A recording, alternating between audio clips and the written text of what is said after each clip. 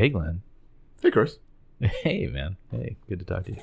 So, hey, it's another show. Another show? It's been, what, 2 weeks? 2 weeks. Trying to keep to that two-week thing. Good. Yes. Nobody traveled out of country or anything, so we're back. No.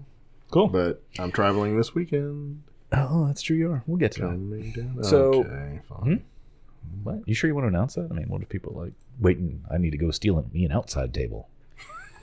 Then they can have the outside table. He's like, what is he talking about? Outside table. Yeah, you're traveling. It's almost like to another country. It almost is. You're coming to America. Which is like another country these days. Which these days. Same currency. Different country. Yeah. All right. Well, it's a shame that, there was really nothing that happened this week or last. So no, not at all. So this is going to be a boring episode. In fact, hand to God, we have exactly one topic. So that is very true. It's going to be a short show. We have one topic broken into 13 parts. Of course, in true Glenn fashion, there is subsections and subparagraphs. Well, yeah. You've seen Back to School, right? No. Rodney Dangerfield, really? No, I've seen of it. I know, I'm aware of it. Okay. I did not invested the time. Then it would just go flat. Is this going to be homework? Should I go watch it? No, I mean, yeah, you should watch it because it's an excellent movie, number one. But can I just watch like Weekend at Bernie's instead? Isn't that basically the same thing? It's not the same thing. That's also an excellent movie, but it's not the same Also thing. Another one I've never seen. Oh, okay. All right, well, we'll discuss that another show because that's insane. How can you have never seen that? Please, I could come up with it's quite part a of the movies American that I'm fabric. sure you have never seen. Well, yeah, but those are silly. No, but the great thing about movies like Weekend at Bernie's is that I don't really have to have seen the movie. I just have to know the general plot of it, and I can just join in like everybody else. But you don't know what happens. It's like at the Weekend end. at Bernie's. Oh, he dies, right? They bury him or something. See, I'm not. Everybody dies. It's an asteroid. And they send up all the old astronauts to blow it up or something. That's right. That's a good movie too. You see, you're so silly. That is, if we charted out the spectrum of bad movies to good movies, that is nowhere near even the middle. Sorry. I cry during that movie every time I watch it. Because it's so bad. No, because not at all. You've seen that one, right? Yes. Unfortunately, Armageddon? I've seen that one. Right? Yes. Come on. At the end, you don't cry? Are you that heartless and soulless? This is why we don't do like a movie podcast, because maybe we should. Like maybe we should. Kind of thing. Although they're both dead now. That's probably. But then I'd have to watch a boring movie every week and discuss it. So I don't know. Yeah, I got lots of good movies I can force you to watch. Yeah.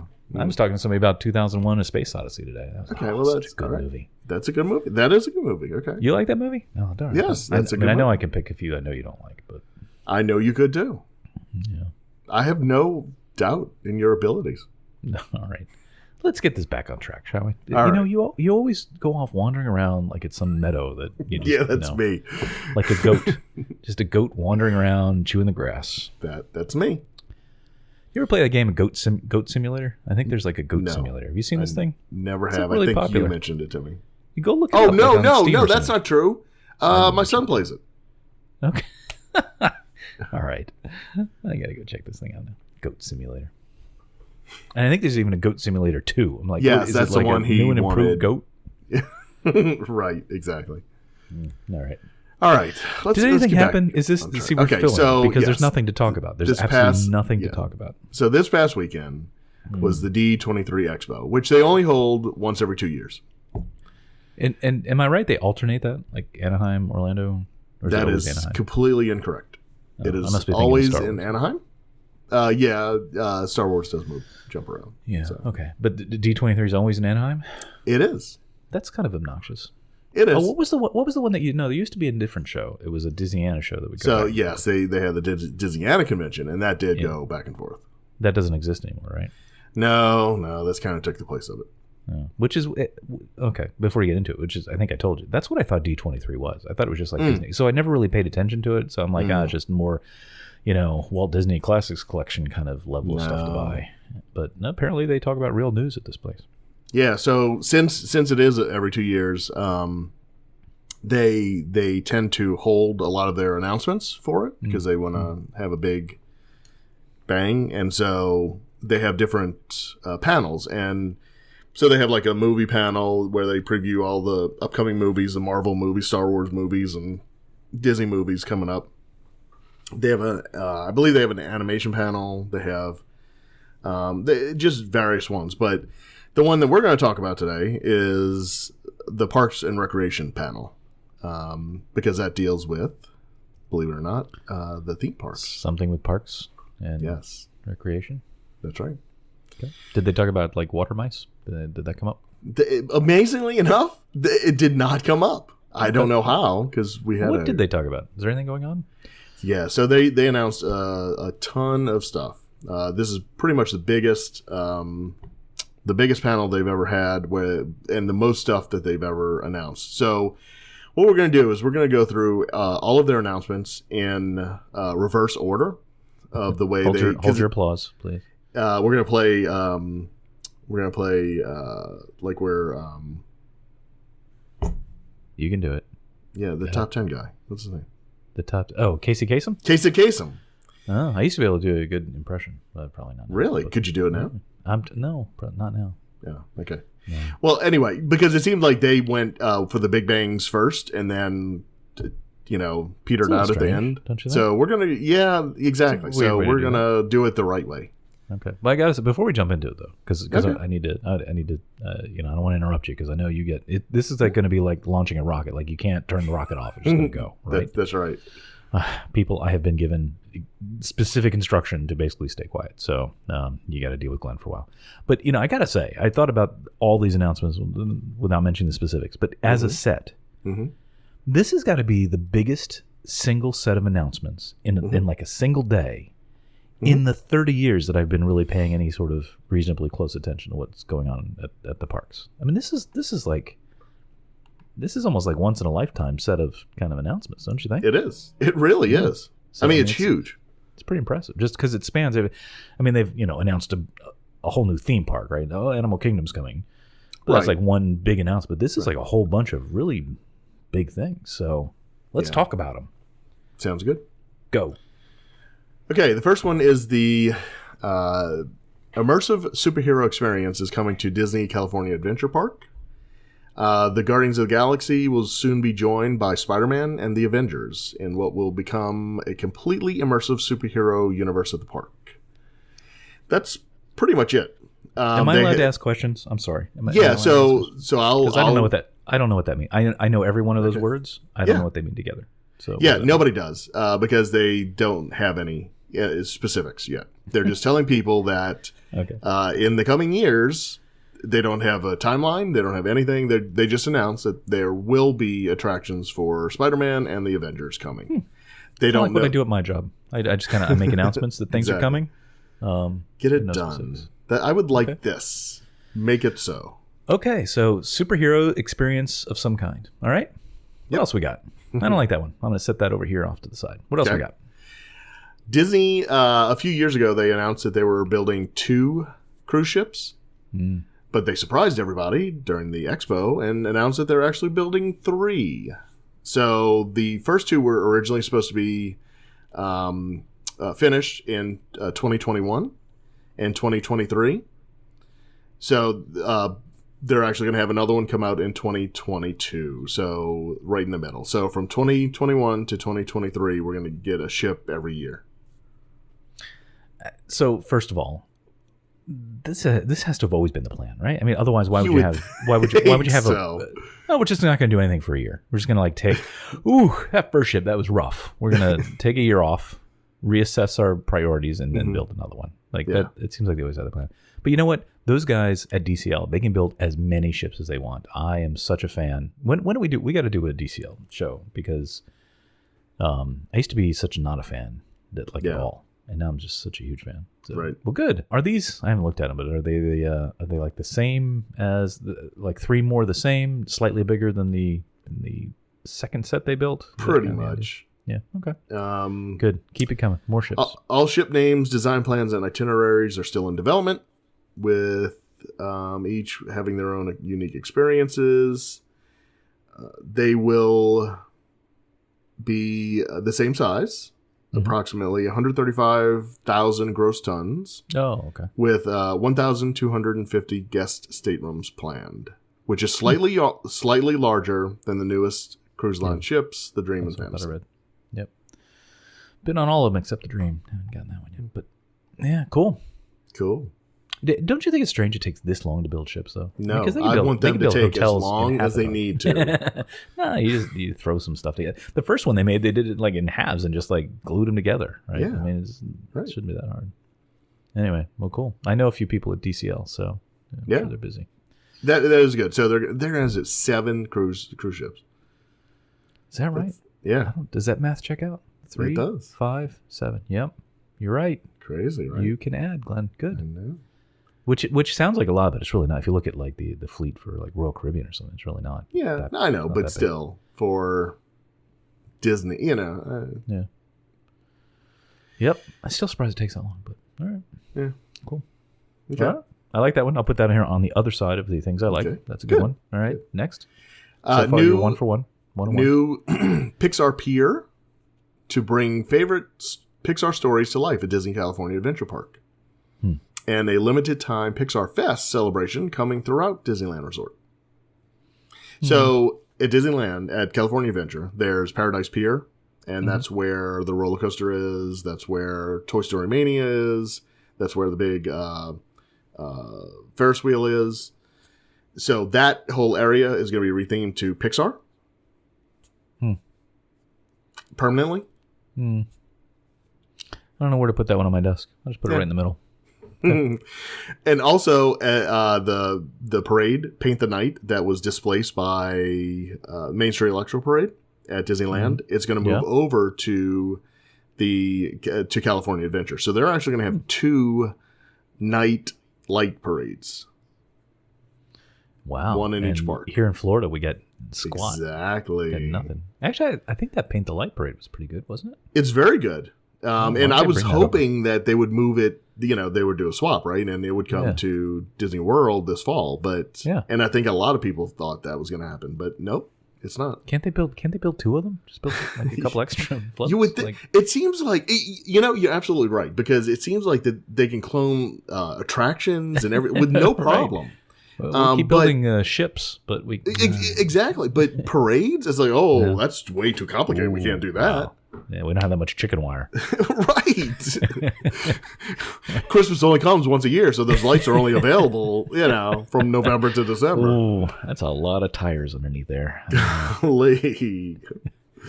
Yeah, it is weird. Like, of all the things that shouldn't be that big a deal to build, but okay, maybe. I don't know. Is it just like, hey, we want to make sure each place has its own little special identity thing? I guess, but why do you leave the Castle Park and Disney World without a parade then? Yeah, I don't know.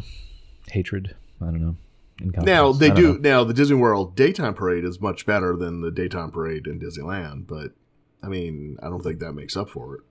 Do you like parades? Like, generally speaking, do you like parades? Wait, I shouldn't ask you. You live in New Orleans. So I love. As a general rule, of course, I love parades, but I'm separating out Mardi Gras parades from Disney parades. I like parades. What I don't like, because of my personality, is waiting for parades. Yes. Yeah. So I'm kind of torn. Like, I do like watching them, but I don't like waiting for them. And so I really have, if I'm going to watch a parade, I really have to want to watch the parade. So, because I'm not a parade liker, but I like the night parades because they're a spectacle, and because the darkness kind of hides the rest of the crowd. Because I hate feeling like I'm all jammed in with everybody and I got to fight for a space to be able to see the things, and my family's sort of vertically challenged, so I got to kind of, make sure we got room and stuff, and I don't know. So anyway, my point being, I wish we had a night parade because those are the only ones I care about. Yeah. All right. But anyway, how did we get on this? Because it's part of the rundown. Right. Paint the Night. Pixar Pier. Pixar Pier, yeah. Well, they've really run that into the ground, haven't they? That whole Pixar thing. Yeah, a little bit, Yeah. Okay. Speaking of which, Speaking of which, I was trying to think of a good segue, but they're just not one. All right, so the wonderful, huge Toy Story Land is going to open at Disney World at Disney's Hollywood Studios next summer 2018. I'm really surprised. I don't know how in depth we've talked about this before, but you're not a big fan of this, the Toy Story Land, which really surprises me because this is early. This is, it's early Pixar. It's like, no. Why don't you like you don't understand my. Maybe I don't. No, I love Toy Story. Yeah. Oh no, I know that. But I mean, what is your dislike of the Toy Story Land or Pixar Land or whatever? Because it's a cheap, just pacifier. It's just something that they throw up to satisfy their attraction count and. To disperse people. There's no thought or anything put into it. And why do you say that? Like, they're going to have a Slinky Dog Dash family coaster, which is just it's like the Goofy Barnstormer. Okay, it's just a cheap. You'll be able to see the track. It's not like Seven Dwarfs Mine Train, right? They hide the track fairly well if you're standing and looking at the little mountain that they built, and so you see, and you see the cars and trains come by, and it's really cool looking. This is just going to be literally a kids roller coaster track, just plop down, and the car's going to look like the Slinky Dog. Okay, all right. So it's the ride quality that you're. Not yeah, that's all it is. And then alien swirling saucers will also be a new attraction. It's designed as a toy playset that Andy got from Pizza Planet. Aliens are flying around in their toy flying saucers and trying to capture your rocket toy vehicle with the claw. So it's just like a little spinner ride. Now I'm looking at I guess at Disneyland Paris they have this. Yeah, is that right? So I'm looking at. Well, they have a lot more. Well, they have a few more rides there though, actually. Okay. So there's only going to be 2 new rides there. But they're going to lump in Toy Story Mania with this land. Yeah, right. So, okay. Well, it looks like little kids would love it. Yeah, okay. At least from Disneyland Paris. Yeah. Okay, hater. What else you got? No, I'm not a hater. Just do something. If you're going to do it, do it right. It doesn't reach far enough is what you're saying. Right, exactly. Yeah.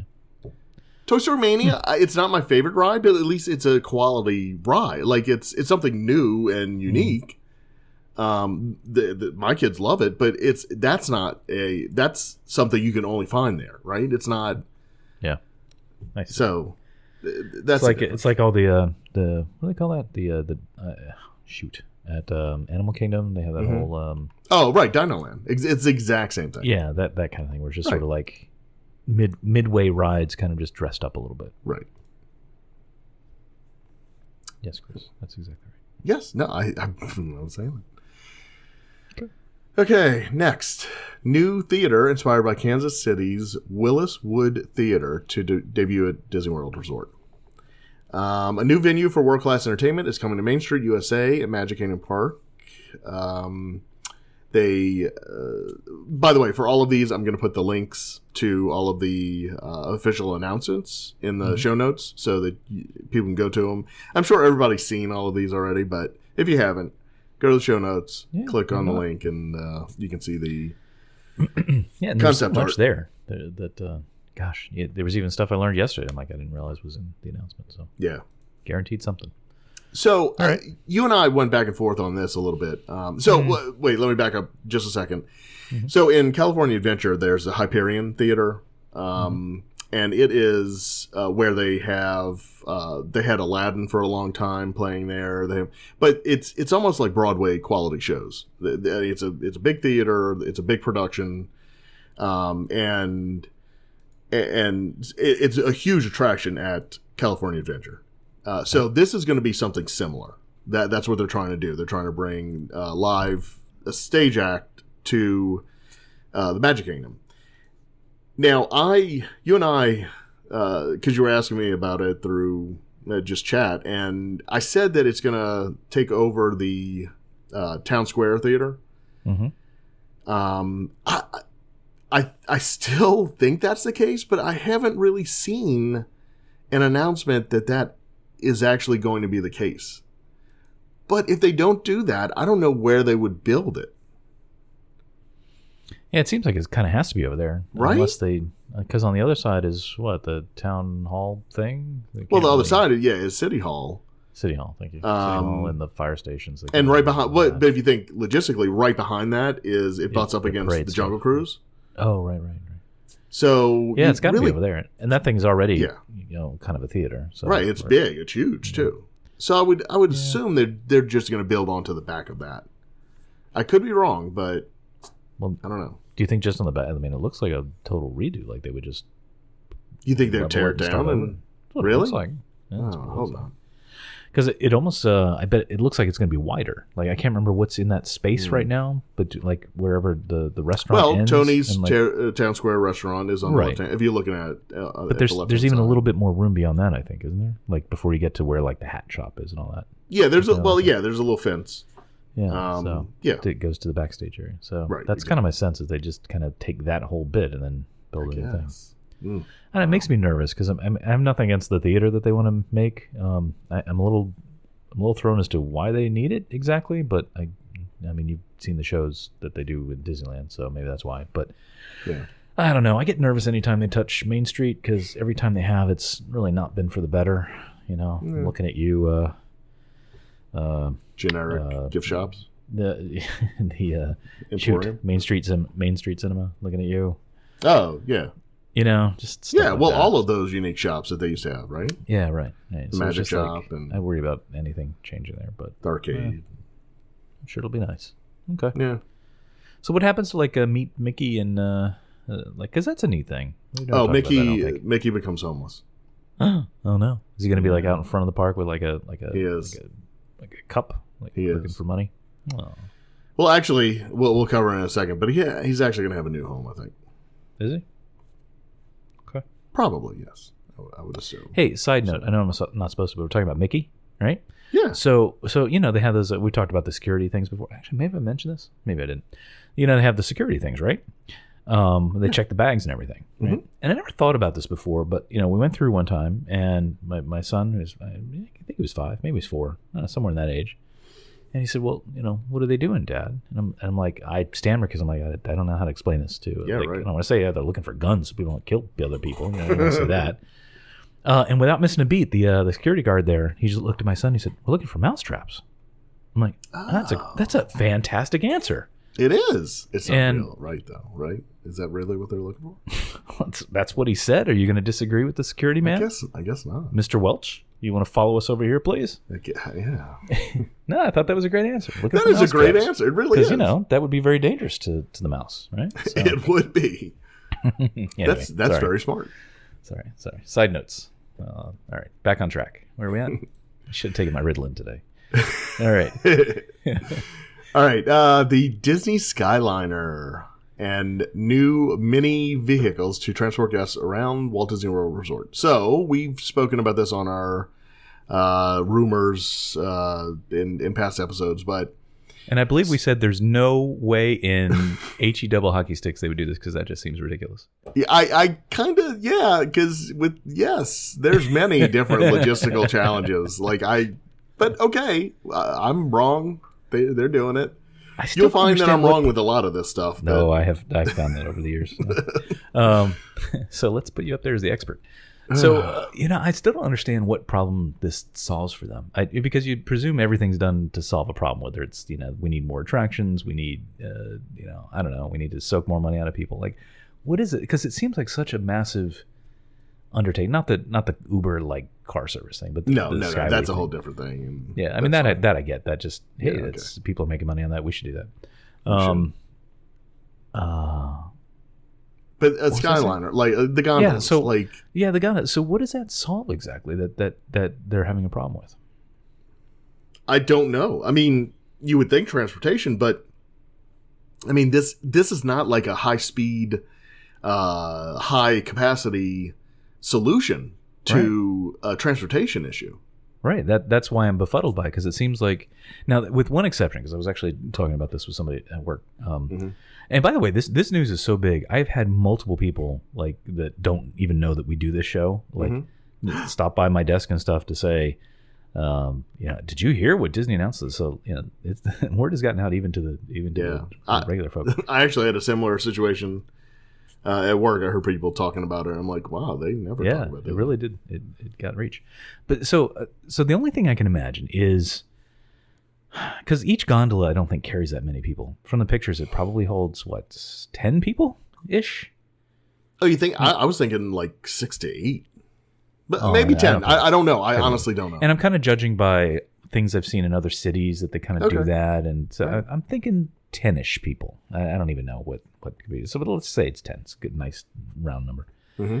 So on the one hand, you think, well, there's only 10. But if you think about it as a constant stream, right? So, if I don't know what the spacing would be, but if it's 10 every, few seconds, half a minute, whatever it is, maybe just that because the constant stream of it actually does better than buses. Because the only reason I could figure is that buses are, everybody hates buses because you have capacity, yes, but think about, when you've taken the buses, how long have you waited for that bus? And that is a long time. That is infuriating, right? When you need to get somewhere and you're waiting. So maybe this is a way, because they can't do the monorail, right? This is a way to get a monorail-ish sort of, it just constantly runs, constantly moves people. So at least you don't feel like you're just sitting there waiting for a city bus, That's the only reason I could figure they would do this. Yeah, sure, when it's running. Well, that is, yeah. Right? But don't you think... No, but we kind of went through this with the Skyway at Magic Kingdom, right? we yes have experience with this. Well, yes and no, but that thing was built, which, by the way, I was talking to somebody at work who should have known about that Skyway thing. Yeah. Never even knew that existed before. So kids today. Kids today. Anyway, but that was built in the 70s, right? So 70s technology. So so you got to figure there were two. You fit 4 people in it. Yeah, only 4 people, right? So and they're little tiny things, right? So but they were it was nonstop. Excuse me, I'm at least 30% of the show too. So hold on. So, but think about the problems they had. They were open, right? So these new gondolas are not, right? They were smaller, so they're going to get pushed around by the wind more, you would imagine. Okay. And I'm sure that the engineers in the world have figured out a thing or two about, wind and whatever. So the only thing I can figure is, because they do use gondolas like this in other places, in like mountainous regions, like in the Alps and stuff like that. And I don't mean like ski lifts, but actual just conveyance for people. So maybe the technology's just gotten a bit like you can imagine, like, I don't know, the safe limit for wind for the thing they built in the 70s was 40 miles an hour. But maybe now they're up to 80 miles an hour, right? So that they're just over the threshold to say, most of the time we can make the thing work. Okay. It's the only thing I can figure. Now, if it's, I can imagine you would not want to be up in one of those, you specifically, Glenn Welch, right? When a storm's going on, right? Oh, can you imagine you're halfway to the thing and then all of a sudden, after I don't want to be up in that. Oh, that's true. You don't like the heights. But that would be kind of unnerving, right? You're up there and it starts swaying and so. So I don't know. I guess they can't. For that reason, they probably can't let it run. So basically, I don't know anything. I still don't understand this. I don't either. And because can Bob call because you're okay. So Art of Animation is kind of the terminating point for this. Okay. And Epcot, I think Epcot would be the other terminating point. Those are the terminus. So if you get on at Art of Animation, so you have to make stops at. No, you take the express. Pop Century. No, you take the express one. Caribbean Beach. At Hollywood Studios, and then finally you get to Epcot, or any point in between. But as you're going, but they could say this car is going to Epcot, right? And so this one just it doesn't stop at the other ones. It is literally the express because there's small enough number of people that you could say, okay, this one who's going to Epcot, boom, you get on and you go. Well, okay. Unless there's a new. I don't know. Maybe there's I assumed it was one. Just a series of pylons, and you have one track essentially. No, but you don't have to. They could, because they're like trains, right? Trains can switch tracks, so they could. Okay. They could have them where they could. The car kind of comes off, pops to the side, and could be. Sure. I'm totally making stuff up, but That's the thing. I don't know enough about it. I don't think. Okay, now, all right. Let me say one thing.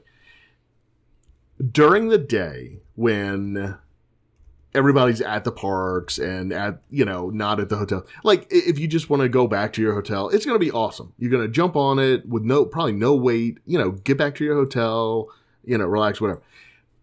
The issue in the morning and in the evening when the park's opening and the parks are closing and people are trying to get there and get there quick and, they have breakfast reservations or whatever. Well, why does that matter, though? I mean, the monorail runs its schedule. The buses run its schedule. Oh, suck it. People. Start earlier. It's just, I don't know. I just don't think it's as efficient as going from point A to point B. I think you have to go, if you want to go to A, you have to start at Z. But how is this different how is it different than the resort monorail line? I guess because there's an express. Well, because you can fit 300 something people on it.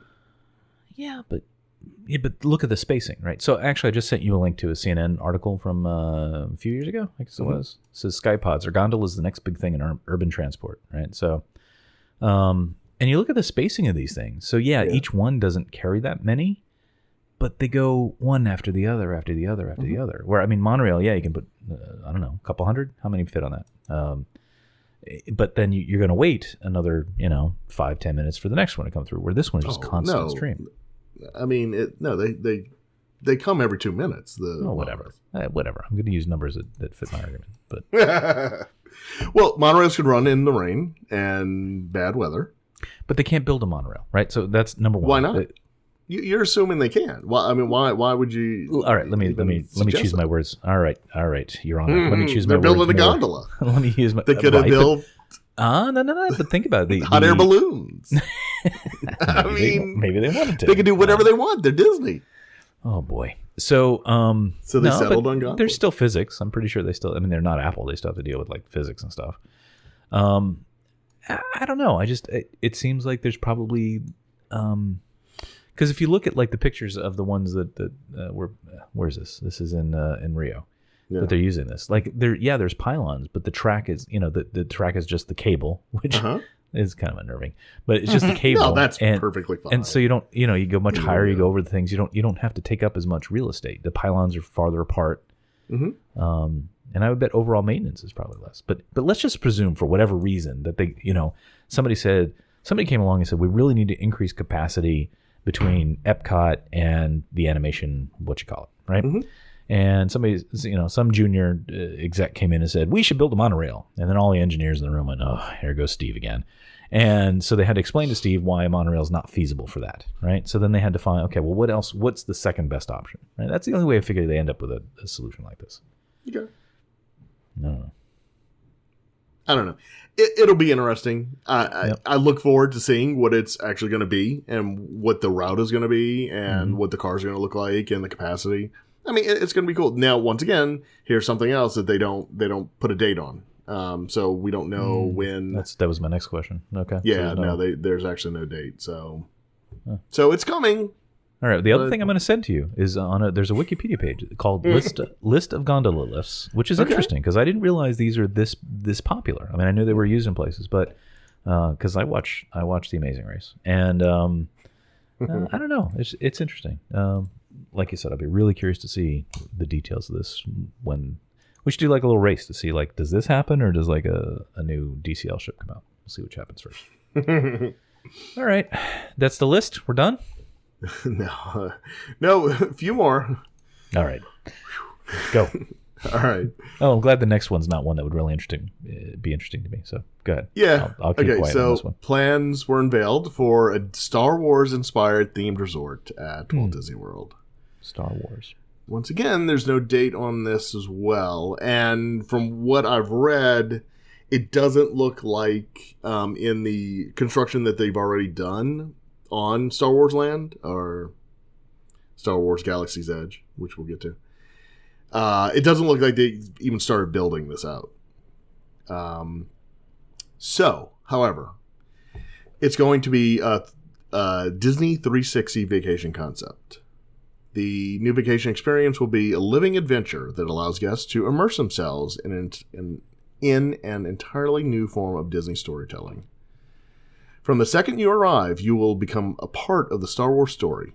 You'll immediately become a citizen of the galaxy and experience all that entails, including dressing up in the proper attire. Once you leave Earth, you will discover a starship alive with characters, stories, and adventures that unfold all around you. It is 100% immersive, and the story will touch every single minute of your day, and it will culminate in a unique journey for every person who visits. So that's the official description from Disney World. Okay. We actually talked about this in episode 25, right around the time of the Star Wars celebration in Orlando. Mm-hmm. Yep. They were surveying people on what they would think about this. And so from that, just to remind everybody, now this is all rumor, or it's based on what the survey was, what they were asking people questions about. So it's a 2-day story, and you have personal interactions with Star Wars characters and live performers throughout the starship. Engage in the story with programs such as flight training, ship exploration, lightsaber training, and personalized secret missions, both on the starship and throughout the Star Wars themed planet. And pricing in the thing was noted as $900 to $1,000 per person, and includes breakfast, lunch, table service, dinner, live entertainment, and access to the Star Wars themed land at Disney's Hollywood Studios. Wait a minute. So that's actually different than I thought. So this is what you got to be like. Hey, the show starts on Monday, so you got to be there Monday and Tuesday. This isn't just like an ongoing like resort, like a regular resort, like. No, it is, but every person's going to have their own missions and everything to do. So that's what I heard is, like, well, what if you have a 5-day vacation? You can only stay at this place for 2 days, or correct? Seriously? Yeah, really? It's like a murder mystery. Yeah. Thing. Yeah, it's a limited time thing. Oh, I don't like that. So it's not like you can stay there for 7 days and chill out and go to the Magic Kingdom. No, I disapprove. It's a specific no, I don't like that event that you're taking part in. So it's almost more attraction than accommodation. Yeah. Oh, I did hear that like when you get there they give you your own backstory kind of thing. Yeah. I guess like you're saying like with the murder mystery things. So it really is. It's like one of those murder mystery train or boat things they do, right? Right, and that's what I've heard it compared to is like a murder mystery cruise that you do, which I would never do. So yeah, me either. I mean, this doesn't sound. No, this like actually something sounds like do. somebody would make me do. It almost feels like aside from the Star Wars thing, it feels like a corporate retreat. Like you got to go in this thing. Yeah. Yeah. No thanks. Huh. Pass. Yeah. So now I'm less excited about this. How do you do I thought a family? It was just going to be a resort thing, like a Star Wars resort thing. No, it's not. No. Well, no. Hold on. I mean, it's still we don't know, right? I mean, there's no date for this. They don't. Well, this is what they surveyed people on, and I see. This is what nobody wants that. Well, it's very close to what the official description was. So, okay, but things could change, and nobody knows for sure what the price is going to be. So, yeah, I mean, they ought to make it just like it's like an ongoing Star Wars celebration, right? They get people dress up if they want to, and they just it's nothing like that. No, I know that. No, I know, but yeah, I agree with you. It would be really cool to pull up and park and head into the Star Wars hotel. And it's like, this is awesome, Yeah. And have I like the idea of like everybody adventure. getting their own missions. That's kind of cool. That is very cool. If we're like the contemporary, like, okay, I'm going to stay here a week. I check in, and they're like, hey, Binmar Makle, or whatever my Star Wars name would be, and here's your secret mission because we know you're a spy for the rebellion, like you have to go get something at the Magic Kingdom and come back with it. I don't know. That's neat. That's cool. That is neat, but then you would go to the Magic Kingdom, and that's a part of the Star Wars universe. Well, I mean, if Epcot could be part of the Gardens of the Galaxy universe, then that's different, man. All right. Well, so far I give this a C. Yeah, I wasn't thrilled with it. That's a shame. Yeah, well, I am starting to get nervous though. Remember when they bought the Star Wars franchise, and and we said, gosh, Disney has this habit of like just really running things into the ground and through overexposure and just milking things far beyond their capability. I Right. feel like that might be starting to happen here with the Star Wars. Oh, you're so silly. Oh, Why all would right, they do? you know. They're not doing that. This is going to be awesome. Yeah, Star Wars, all the things. Right. Okay. Yeah. I don't know. So split. All right. I guess like a lot of these things, we don't have enough information really. Right. Okay. So next is Disneyland Paris brings favorite Marvel characters to Disney's Hotel New York. We will skip that. just because we're so Nobody cares. I'm just sure Paris cares. Filler. Oh, please. They don't even care. I should have gone. I was in Paris this year. I wish I'd gone, but no time. No. Anyway. Next year. A new space restaurant to offer out-of-this-world dining experience at Epcot. Yeah. I like this idea. I Yeah, think. so the you're gonna tell restaurant me will something be... that makes me not like it. Wait, what? You're going to tell me something that makes me not like it, I fear. No, I'm looking for I can't wait. The restaurant, which will be located adjacent to the park's Mission Space attraction, will invite guests to travel into space for amazing dining experiences in the stars. And they have some concept art. Was it you or somebody else I was talking to that said, would this be like the Wonders of Life building? I said that, and I saw somebody else ask that somewhere on the internets, and because it's they were kind like, of globish, right? No, it's going in between Test Track and Mission Space, and it's like, okay, well, screw me. I was, wrong so on that. sorry. Those Disney fan people. Yeah, no. Oh, But yeah, I'm like, okay, well, adjacent to Mission Space, well, Wonders of Life is huge, and it's right next to it, and it's a dome. Right. It's practically planetarium as it is. Yeah, I mean, why? I didn't think I was that weird for wondering that, but apparently I am. So for lots of reasons. So anyway, it's supposed to be on the other side. Hey, space themed, I'm all for it. Yeah. It's going to be operated by the Patina Restaurant Group. Here are your Neptune noodles, sir.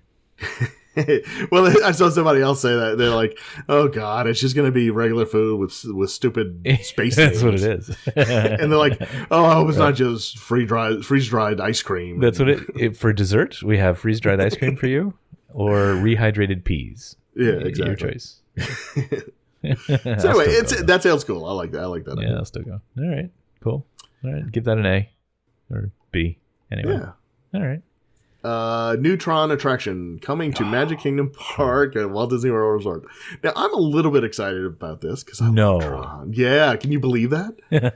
Now, this is supposed to be open by the 50th anniversary in 2021.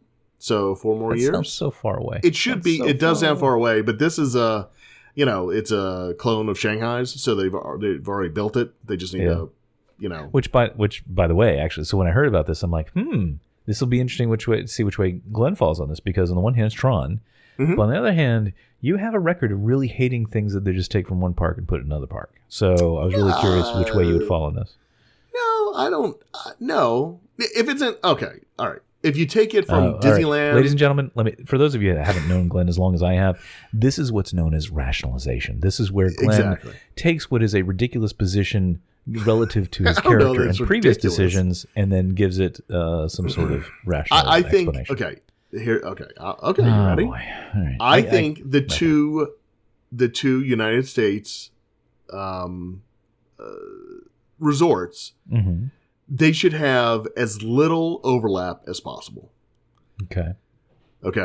Now, I know we're talking about a Magic Kingdom and Disneyland, and they're essentially, in theory, the same thing. And okay, that's one thing. But like Tower of Terror, the originals in Hollywood Studios, they just plugged it into California Adventure just to once again, California Adventure when it opened was a piece of garbage, and they just needed something, so they're like, oh, what do we have? Oh, let's put that in here. Like that, it just doesn't make sense. I don't love that. The Little Mermaid ride, it's like they're exactly the same in both parks. And But considering that 99% of people never go to both parks. Well, they should. But they don't. I mean, you know that. I know, but it gives them an incentive to go. If there's something really cool at Disneyland, it's like, oh, hey, I need to go there to see it. Or if they can't reasonably go there, then they'll never get to experience that. Well, all right, but either way, so the but anyway, Tron this wins is out, and it's from China, all which the way in you have no Shanghai. plans to go to. right? This is in Shanghai. This one is okay. I don't mind this. Because it's Shanghai. What rationale is that? I'm not going there. So anyway, so this is really cool. I can't wait. Yeah. Okay, but I will say, people were posting on Facebook the rumors and everything else. Oh, it's going to replace the Tomorrowland Speedway and blah blah blah. And I still can't believe they keep that thing around. It is not. I know it is. It's staying alive. That thing must have something on Disney because it's like, you're not getting rid of me. It's going to be in the back, man, behind that, and so it looks like the train is going to go under it, just like it goes under, Right. So that's going to be a little. Theming wise, you're waiting in line for, unless they do it in a way where it's shielded when you're in Tron's line or on the ride. But if you can see the train from Tron, that would be a little jarring, right? Well, you can see the train from the Wedway. What's the difference? Yeah, I guess. But I mean, many times have the train go right under you while you go through. I know, but Tron, you're waiting to get on a light cycle. Like it's, I think you're overthinking this, but I think so. Anyway, so I think they might even retheme some of that nearby. That's close to it. It would be nice if they started retheming Tomorrowland a little bit to make it look more like Tron. Yeah, Tron isn't. You and I have talked about this many times, but I think that is an underappreciated franchise they have that they could, if they did it right, they could really make that something. And honestly, after hearing this, I would be willing to bet that this is going to introduce Tron to a lot of people who have never seen it or cared to watch it. But here's the problem: then they're going to go watch it and go, oh. They're going to say, oh my God, this is the greatest movie ever. How have I never seen this? Right after they say, hi, my name's Glenn. Yeah. So silly. To most people, Tron's a joke, right? I mean, it's like I don't acknowledge that. No, it's true.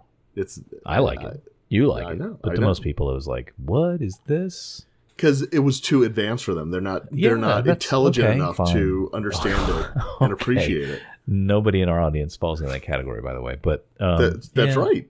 But the new movie didn't do much to help it either. So that's kind of what I'm saying. I really wish they would really give it the Marvel treatment and make it like a really good franchise that people would rally around. Because it'd be cool. You're inside computers. What could be more awesome? Actually, you know what? You could introduce like Tony Stark, like he buys like Encom or something. No, you could. Like, right? No, I'm being serious now. I understand. And like you could bring it into the Marvel universe. You could. And that's kind of what I hinted at before with you, is that they really they could. And have there been Tron comics? They could. Yes, and that's what I'm saying. There's because that franchise is so that the idea of that franchise of Tron in general is so open ended that you could do anything with it, right? Yeah. So and sort of that interplay between almost kind of in the way of like Ant-Man, where he's kind of like going between two worlds, right? Right. So, yeah. Man, we solve so many problems on this show. I'm glad Bob listens. I'm amazed. Yeah. All right. Well, that's cool. So I just have to wait forever, but that sounds good. 4 years. It's not that's forever. A long time, man. I could do a college degree and I could get halfay through a college degree in that time. We're going to have another presidential election. No, we're not. The next democracy's over. the next presidential inauguration is in 2021. So it'll be quite a year. So I can go to that. So it's not that far away. I can get on my new Disney Cruise Line and then go ride Tron. It's really not that far away, right? No, it's. Please tell me it's not that far away. It's only been 6 months, so it's a few more of those.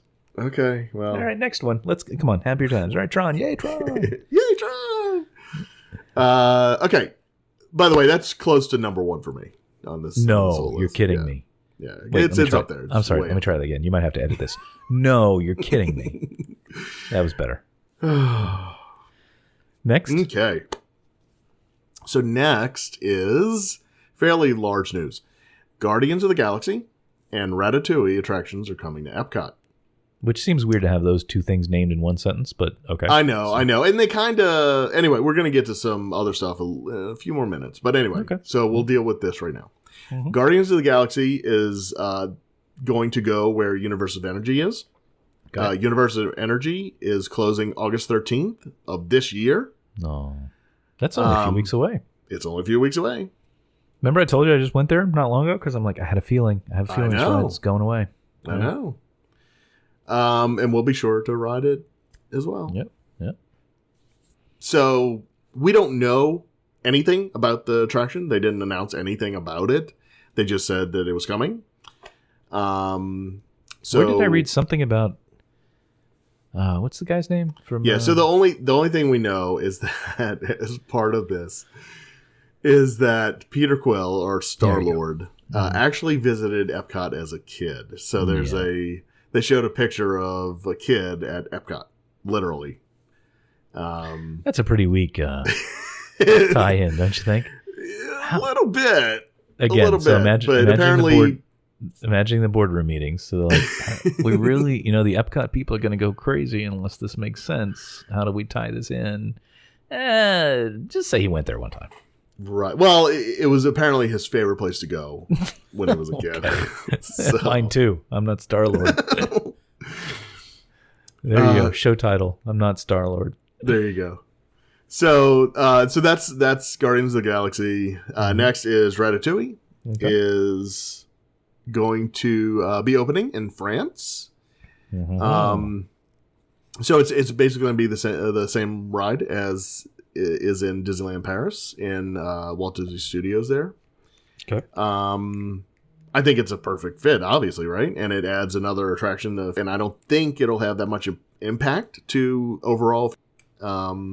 It's not, it's not being. They're not retheming all of France to Ratatouille, like they did with Norway. Well, Ratatouille is no Frozen, my friend.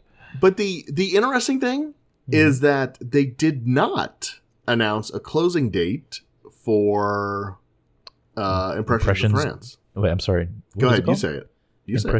Impressions de France. There you How's go. that? Thank you. Yeah. Okay. So, I still don't know if that's staying and this being added behind it, or is that closing as well? No, they're adding this. This is new. It's additional. You think the film will stay? Yeah. I hope it does. I really hope it does. Yeah. So I haven't looked at the satellite photos, but I'm guessing that the space they need for the Ratatouille thing is bigger, and they don't really need the space of the theater. I think it's inconsequential to the ride. Yeah. The only thing is they could use that as the queue line, right? Well, yeah, I didn't think about that. Yeah, see, that's why you do this show. Well, you're smart. No. Could be. So anyway, we'll see. We'll see. It's just curious that they announced a closing date for Universe of Energy, but they didn't for this. And both are supposed to also open for the 50th anniversary in 2021. So, but maybe Universe of Energy needs a lot more work than the Ratatouille. So, yeah, I would. Oh, by the way, they are fitting the entire Guardians of the Galaxy ride inside the Universe of Energy building. They're not going to tear down the building. Well, Glenn, I hope so. That thing is like a shopping mall. It's so large in there. You could fit anything in there. Oh, I know, but a lot of people thought they were just going to tear it down. And why? Because they have building permits and everything else. And I see. And so a lot of people thought, so it's anyway. A cool building. Hopefully they keep the mirrors. I like this. Yeah, I know. Huh. All right. Both of those sound good. I mean, I should be sad about Ellen's, but I mean, it is long overdue that goes. Yeah, I mean, they're still promoting fossil fuels. For goodness sake, well, kind of. They do mention that they're looking into some other things. Yeah, looking into it. They're looking into it. Right. It's not like Exxon sponsored the pavilion. Yeah, like I said, I wrote it recently, and so they mentioned something about and there might even someday be electric cars, and really, exactly, someday, crazy. Yeah. All right, second to number 2 in our list. We're going backwards. Number 2. Yeah, we're going backwards. So number 1 will be next. Mickey-themed ride-through attraction, Mickey and Minnie's Runway Railway, coming to Disney's Hollywood Studios. You almost had You almost had some energy behind that one. Okay. Thanks. A new attraction featuring Mickey Mouse is coming to Disney's Hollywood Studios at the Walt Disney World Resort. Mickey and Minnie's Runaway Railway. On Mickey and Minnie's Runaway Railway, you'll step through the movie screen and join Mickey and his friends like never before. The attraction will put you inside the wacky and unpredictable world of a Mickey Mouse cartoon short where you're the star and anything can happen. Yep. This zany, out-of-control adventure features surprising twists and turns, dazzling visual effects, and mind-boggling transformations that happen before your very eyes. The attraction is going to be done in the current Mickey shorts style. So if you've ever watched Disney Channel and seen one of the new Mickey shorts, yep, that's the type of animation it's going to be. Yep. Not the old Mickey, right. Uncool Mickey. That little clip of like where they go in and out of the old world and 2D 3D world. Like I've seen that little short somewhere, but I can't remember where. Mm. I'm thinking maybe like on Apple TV. I think there's an app. There's like a Disney app or something that it was on. I don't know where I saw that. Where did I see that, Glenn? I think it was in one of the shorts, actually. What do you mean in one of the shorts? Yeah, but that's what I'm saying. Like I don't know where I think it was one of the Mickey cartoons. Like one of the new Mickey cartoons. I think they did that. They went into I think they were being chased by Pete or something. And yeah, that's what I'm saying. But where did I see that though? On Disney Channel, I guess. I don't really watch channels, so I don't really know where I saw it. But yeah, it was cool. I remember liking it. So that and then I thought, there is not. And I know you're gonna be like rolling your eyes at me because Chris, if you remember, but there's no Mickey ride, right? No, that's exactly what I said. First Mickey ride. I'm sorry. I was trying. No, it's the first. That's why it's huge. It's it's major. He's never had an attraction, amazingly enough. I mean, think about it. That's crazy, right? It is crazy. So how do you feel about losing the Great Movie Ride, though? Does that bother you? Yeah, so once again, they did announce a closing date for the Great Movie Ride, August 13th, same day as Universe of Energy, which is just in a few weeks, but luckily we'll be able to see it one more time. I'm torn. Simply, but as I was talking to my wife the other night when we were talking about this, and if we go back to when back then Disney MGM was being planned and everything else, we're talking about the mid to late 80s. Right. And if you look back at Disney's history, at that time, they really didn't have any live action movies to speak of. Right. They were just getting into PG rated with Touchstone. Splash came out. That was the first one. Came out in 1984 or 85, somewhere in there. So they didn't really have enough live action films to really fill a movie ride, right? And that was supposed to be the centerpiece of the whole thing. So that's why they went out and tried to make a deal with another movie studio so that they could get that, the rights to use those in the Great Movie Ride. And so they signed with MGM, and which gave them really iconic old Hollywood movies to build their ride on. Obviously, they don't need that now, right? I mean, they obviously are the champions of every box office for the last X number of years. But do we really want a ride that is, if they're going to redo the Great Movie Ride, do we really want to see more Star Wars? And they can't put Marvel in it. Right. So it'd be Star Wars, and then it would be just the current flavor of... Huh? Wait, why can't they put Marvel in it? Well, because... They can't, because Universal. But they're putting Guardians of the Galaxy over at Epcot. Oh, that doesn't count. Oh, okay. But they could put Marvel. They just couldn't do Spider-Man or something. I mean, yeah, more Iron Guardians of the Galaxy. Jesus. Yeah, everywhere. Well, Ant-Man. They could do Ant-Man. No. Oh, they can't? No. He's covered under the thing? Yes. Oh. Yeah, anybody who's in the Avengers. It's getting muddy now because... Don't they all end up in the Avengers at one point? They're going to the Guardians of the Galaxy in the next Avengers, but it covers what was, quote-unquote, the traditional Avengers. I didn't know that. Yeah. Huh. And they can't use X-Men because that's covered under Universal. What a shame! There's a lot of great properties there. That I can't know. use. Well, yeah, no, I know. Yeah. So that's why Guardian. It's like, hey, they should make something out of Tron. Make that a thing. Oh wait, we did that already. All right. They should. So anyway, so Okay, you're left with Star Wars and Guardians. No, of the but this is great that I mean, I don't know if you know this, but like the whole thing started with Mickey Mouse, right? I mean, really. Absolutely. It all started with him. Right. So my point is that it served its purpose. Yeah. The Great Movie Ride. Mm-hmm. For when the park opened until now.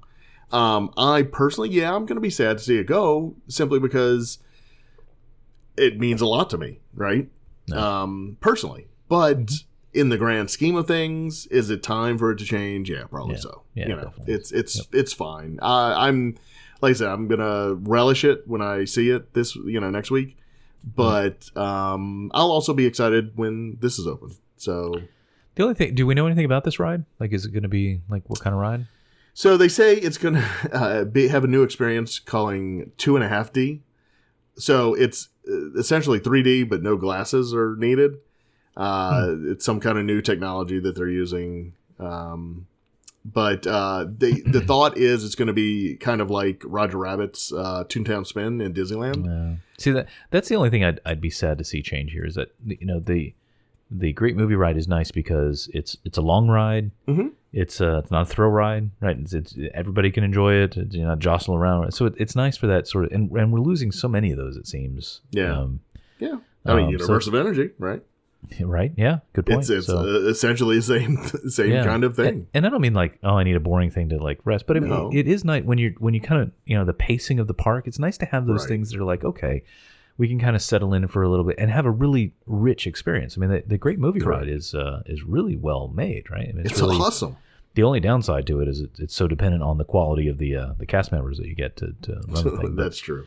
But other than that, I mean, the staging is amazing. The lighting's great. Yeah. So to lose that, to get maybe even though what's the Pixar Pixar Mania, whatever that thing's called, even though because it sounds like it might be that type of ride or attraction. Even though I like that, that's a totally different kind of attraction than something that you can just kind of like, let's go use our imaginations and not worrying about being thrilled for a while, Yeah. So, but I guess we'll see. Yeah.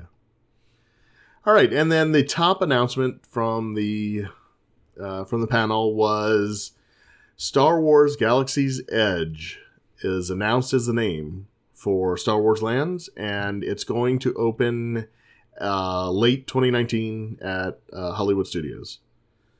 All right. It's going to open first in Disneyland earlier in the year, but we kind of knew that from the amount of construction that's been done in each park.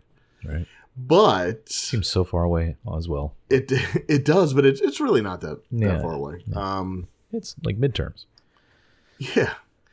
So Star Wars Galaxy's Edge will allow guests to visit a remote trading port on the edge of wild space, where Star Wars characters and their stories come to life, and where guests will find themselves in the middle of the action. The lands will feature 2 major attractions that put guests in the middle of a battle between the First Order and the Resistance. Each attraction and the land itself will offer guests the chance to immerse themselves in the Star Wars universe like never before. Mm-hmm. One attraction will make you feel like you're on a Star Destroyer inside a hangar bay. It's an attraction built on a scale that they've never done before. The second attraction will give guests the opportunity to fly the Millennium Falcon, piloting the ship, shooting blasters, or preparing for hyperspace, all while completing a critical mission. But how you perform on this mission holds even bigger stakes. Perform with skill, and you may earn extra galactic credits, while bringing the ship back banged up could put you on the list of a bounty hunter. No. End up on Harkos, HARKOS, apostrophe S, list, and you may face a problem if you show up at the local cantina.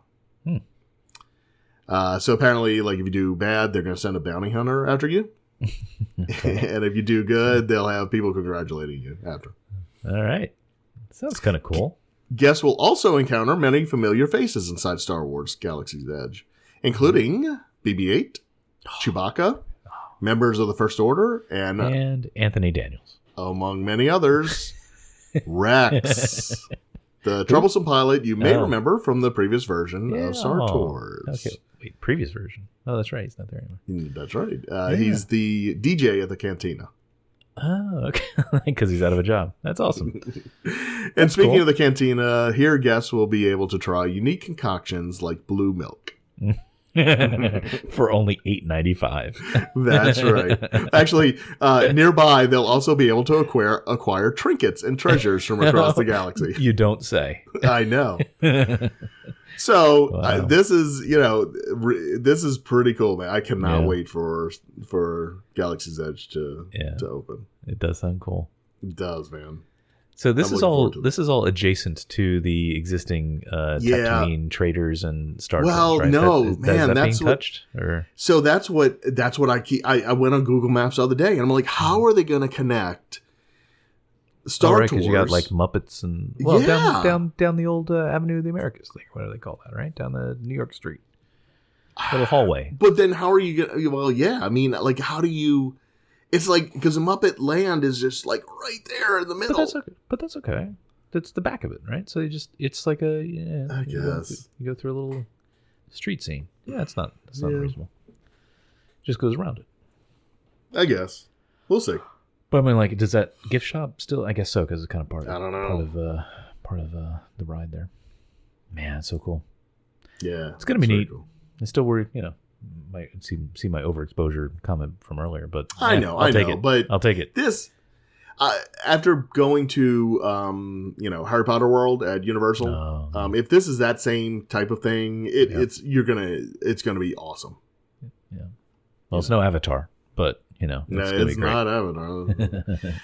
All right, so those are the main announcements that were really published by Disney, but during the panel they actually announced a couple other things, and we'll go through them. I think we can hit them fairly quickly. Go. So along with the changes at Epcot with Guardians of the Galaxy and Ratatouille coming and the new space restaurant, they're also at the same time reimagining Future World, meaning they show concept art, and if you look at it, the Interventions buildings are not there. So it's more they have more foliage and we assume water, little ponds or lakes or whatever. Not lake, but water features. Yep. The Fountain of Nations is not there anymore in the concept art.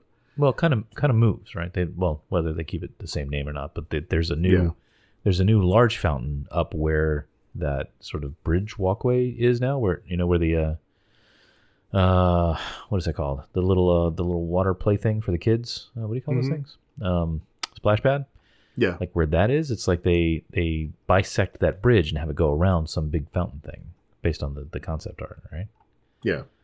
Yeah. Okay. Yeah. Well.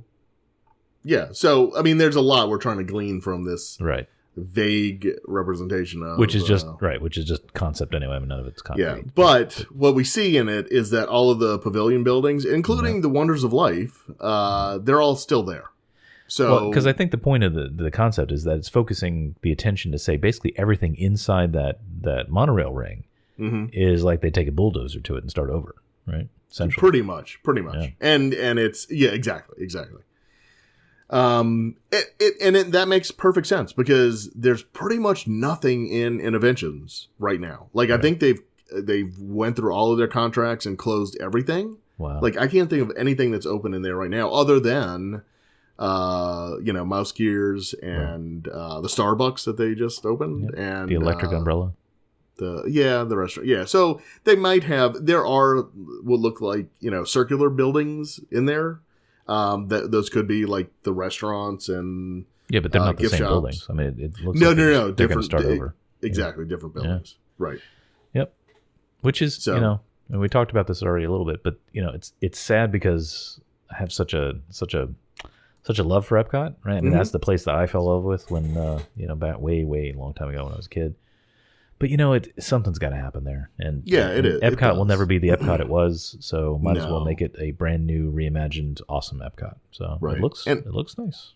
And I loved Communicore because it was a place where, after you went to Universe of Energy, you could go into Communicore and actually put your hands on exhibits and little, experiments or whatever.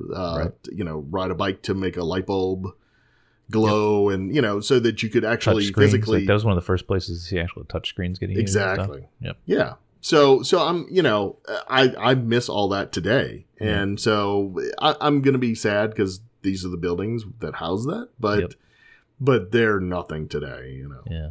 Right. Yeah. That whole space is just kind of dead space. Everything behind Spaceship Earth and like in that room. And it kind of walls off the actual attractions behind them. So it's going to be a good change.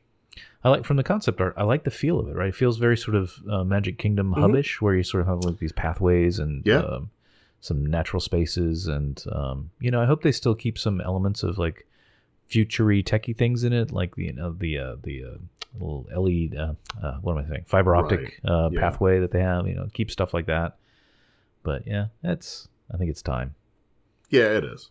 Yeah, and it's interesting because the subtext here is all that basically between that and the Guardians of the Galaxy ride and stuff, that it's not Epcot anymore. It's a different kind of park now, and it's still lacking a focus. I think it's still lacking the theme of the theme park, but I think they're really saying, look, we just can't do what Epcot was originally intended to be, so let's just make it another thing. Yeah. So I mean So I don't know. I like what they've presented so far. Yeah, that looks good. Was there a timeline or anything on that? Or? Yes. So that's what I was going to say is all of that. So the reimagining of Future World, Guardians of the Galaxy, Ratatouille, and the new space restaurant are all supposed to be ready for Disney World's 50th in 2021. Yeah. So and I didn't really realize that before, but that's probably the impetus for this whole thing, right? It's the 50th. It's the competition from Universal. It's that's what's kind of forcing their hand to do a lot of these things. Yeah. Absolutely. Huh. Well, very cool. I hope they have another castle cake. That would be the greatest thing ever. That I've never loved and hated a thing so much in my life. Right. It was absolutely love-hate. It was so cool to see it the first time, and then it's like, okay, I'm good. Let's put it back. And then I was kind of the opposite because and maybe it's just kind of the where you heard about it, but like I heard about it, saw the pictures of it before I went, and then we went from my honeymoon was when it was up, and so then it's sort of like through association I came to like it because it was our honeymoon trip, and and then I kind of missed it. So, bring it back. I say do it again. I know, yeah, but even better. Actually, I guess they won't now, right? Because their whole projection thing, they would probably scroll that up. So much for the castle cake. Ugh. All right, then I'm sorry. Can I back up a couple of topics? I had a question for you. I forgot to ask you. So sure. the Mickey ride, I don't remember what his name is. Is it still going to stay? Is it going to stay the Chinese theater? Yeah, the facade stays the same. Yeah, I would imagine. Okay. All right. All right. Cool. Yeah, and I'm sure there were Mickey shorts that played at the Chinese theater, so that kind of makes sense, right? Sure. I know that they had movies premiere there. Yeah, so right. I don't know if any Mickey cartoons actually did, but let's say they did. I'm sure. We'll just say it. Like who's gonna like facts don't matter anymore. So just say it. They really don't. See what I did there? All right, man. It was an exciting week. The only problem is like it's like learning that. Wait, there's more. Yes. What? What did I miss? I thought you said that was the last one. You said that was the last one. I said there's. You have more? Yes. Okay, keep going. Sorry, go. All right. Mission Space is going to have a new green simulation. Okay, that's the chicken one, right? It is. Yeah, it is. Okay. So it's going to be kind of like soaring over Earth. Instead of soaring over whatever it's called now. So anyway, and then the orange mission, they're gonna have new they're gonna redo all of the graphics for it for your trip to Mars. Okay, so that opens in August. Well, that's pretty soon. Okay, I guess it's just a movie, and it's a ride program. Well, for the green one it is, but right, that's fine. Yeah. Anyway, okay. I've never been on the green side of that. Should probably try it out just to see. You really should, because it's others in your family would probably go on it. If No, the others are too short to go on it. There's still a height restriction. But okay. Yeah. New film at China will feature new technology. I thought you said you had the big stuff at the end. Now we're down to a film at China? No, this is stuff that was kind of shoehorned in, but they didn't make their own announcements. Oh, okay. They are creating a new film for the China Pavilion that'll feature the splendor and majesty of that amazing country, and doing it with new technology. Taking cue from Walt Disney, who pioneered many different storytelling and motion picture innovations. They've developed a next-generation digital camera system, much as they did for Soarin'.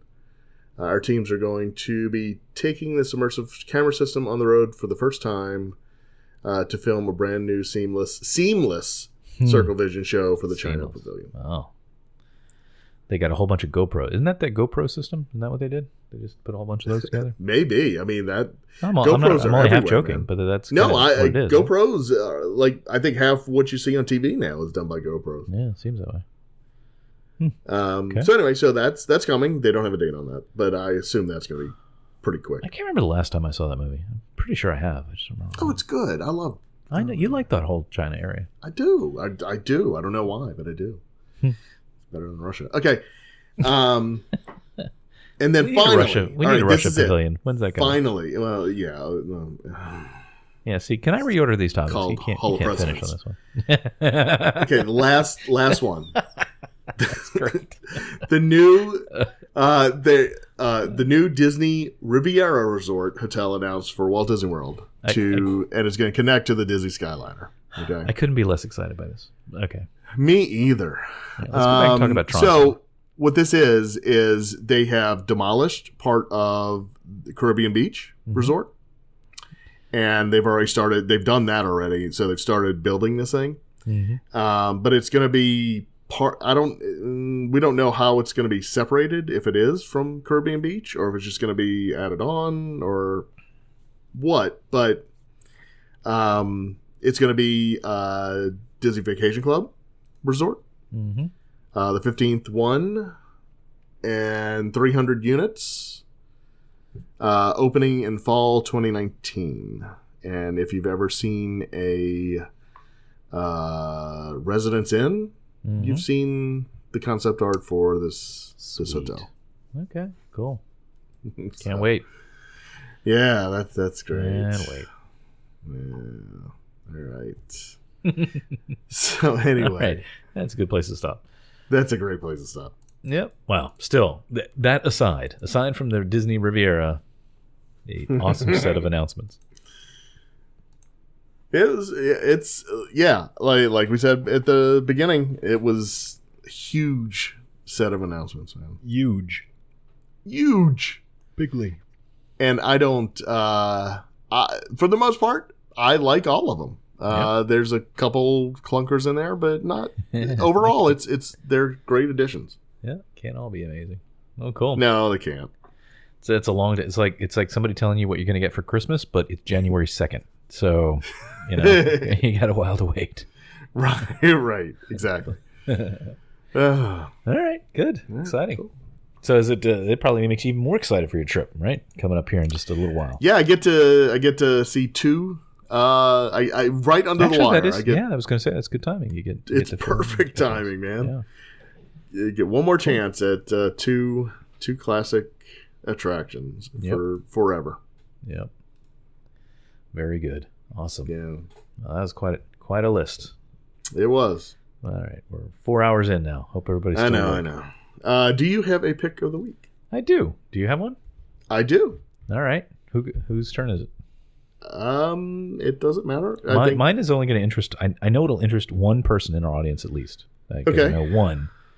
I don't know beyond that, but okay. Well, go ahead. Like yeah. Okay. Yeah. So, I have one of those computer things. It's a newer Macintosh that uses this fancy new connector called a USB-C connector.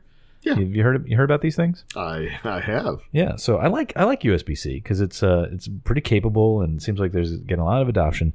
But the problem I have with it, and the Mac has only USB-C ports on it, right? So, but the world is still not a USB-C world. It's still a USB-A, I guess it is. The old USB that everybody knows about, the little wide one. Now I have adapters. Like in my bag, I've got, people like to call them dongles, which is a fun word. So I have those, but there's often times where I'm like the other day, somebody handed me a USB thumb drive, and I'm like, oh, my bag's over in the other room, and I didn't have it. So I'm like, I need something I can have on me all the time. So I went searching around, and I found this thing on the Amazon. If you've ever seen the Amazon, it's a place you can buy things, and company name, I'm sure it's some Chinese something. It's like Choe Tech. Okay. CHOE Tech. So however you choose to pronounce that. But these are 3 little, they're probably half an inch, like sort of squarish things that go on your keychain. What's that in centimeters? I'm trying to. What's a half an inch? You only speak in centimeters? It's probably 3 centimeters. I'm gonna guess. Okay. Probably something like that. Along those lines. I'll get my metric out and measure it for you. Okay. And I see what you're doing there. And anyway, it goes on your keychain. So now, like, if somebody's like, "Hey, here's this. Here are all the Disney secrets of all the upcoming attractions. I have it on this USB keychain, this USB thumb drive." I can be like, "Dude, I can totally read that now," and I just use it and plug it in. And one of the greatest things about this, it's like super durable. Looks like it's like heavy duty plastic, and like it doesn't look like it's gonna break too easy or anything. And I got 3 of them for all of $10, $9.99 each. So I'm pretty sure that makes them $3.33 each, if I did that math right. I don't know what that is in metric, pretty much, but that's what it is in dollars. No, that's and that's what I got. Anyway, so if anybody, because this is a problem, like trying to transition to USB-C, and I'd really like to see the world move more faster because, one standard, it's smaller connector, etc. But it is a challenge when, you like have to quickly kind of, adapt something, a cable or whatever. Because that's the other thing is like, what if you had to charge your iPhone and you're like, all I have is this USB cable. Okay, I got this on my keychain. It's right there, ready to go. So that's my pick. Cool. Choe Tech USB-C to USB 3 adapter, 3-pack. Awesome. I'll send you a link. Good. All right. My pick of the week is a video. Oh, okay. So there is a video of the panel from D23 of the voices of Disney parks. So they got 10 people who do voices in the parks as a panel, and they went through and found out what their first job for Disney was, their first voice they did for it. They play the voices that they do, and at the end they read from a book in their voices that they do in the parks, and it's just really, really cool. It's an hour long, so it's not something really quick, but it's very entertaining for Disney theme park nerds, at least. Yeah, well, there's a few of them that listen to this, so cool. Yeah. All right, the link in the show notes, I presume. That's right. Yeah. Okay. Cool. On the YouTubes. Good bit on the YouTubes. Very good. So that's it. Week. All right, coming here next week, which means we're gonna get there. Can't wait, man. I'm gonna tag along, ride your coattails. That's right. For at least a little bit. Yep. All right. We should do a live show. Start on Sunday. We should set up. Why don't we set up a little, a little studio up on top of like Main Street, on top of the train station? Sure. And Disney won't mind, right? They do that for the parade, like the Christmas parade. We can just do the same thing. That's right. Yeah. Okay. You set it up, and I'll be there. Okay, I'll do that. All right. Is that a show? I think it's a show. It's a show. All right. Thank you for joining us on another episode of Terrific Recordings of Nothing. Follow Chris on Twitter and Instagram at CBGray, and Glenn on Twitter and Instagram at DizWiz. Follow the show on Twitter and Instagram at Tron_FM, and on Facebook at Terrific Recordings of Nothing. For all things related to the show, including show notes and links to connect with us, visit us at Tron.fm.